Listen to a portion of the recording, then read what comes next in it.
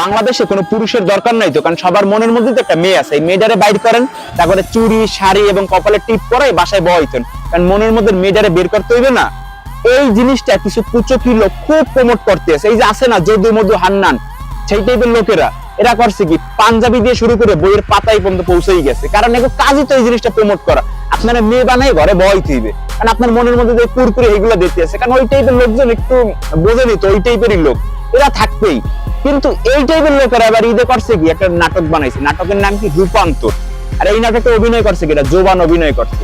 আমি বুঝলাম না, ওই উল্টা পাল্টা যদ্দুর মধ্যে হান্নান তো থাকবেই, কিন্তু এই জোবান যে একজন সেলিব্রিটি যার অনেক ফ্যান ফলোয়ার আছে, সে কেমনে এই রূপান্তরের মতন একটা নাটকে অভিনয় করে, যে জায়গায় সে জানতো, কাহিনী জানতো, কনসেপ্ট জানতো, সবকিছু জানতো, এই মিসকনসেপ্টও জানতো সে, কিন্তু তারপরে সে অভিনয় করছে।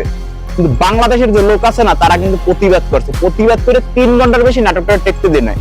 আমাকে এই কাজটাই করতে হইবে, সবসময় উল্টাপাল্টা জিনিসের বিরুদ্ধে প্রতিরোধ গড়ে তুলতে হইবে, প্রতিবাদ করতে হইবে, যাতে এরা মাথা ছাড়া দিয়ে না উঠতে পারে। এই জোবানের মতন যারা ভুল করলে তো ঠিক আছে, মানুষ ভুল করতেই পারে, কিন্তু যারা ইচ্ছাকৃত এই কাজগুলো করতে আছে, এগুলো সবসময় বয়কট করতে হবে, এগুলো সবসময় বাতিলের খাতায় রাখতে হইবে।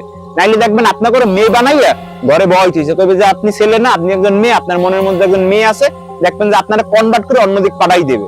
এটা হলো কুচক্রী লোকের কাজ, তাই এগুলো বয়কট করতে হইবে।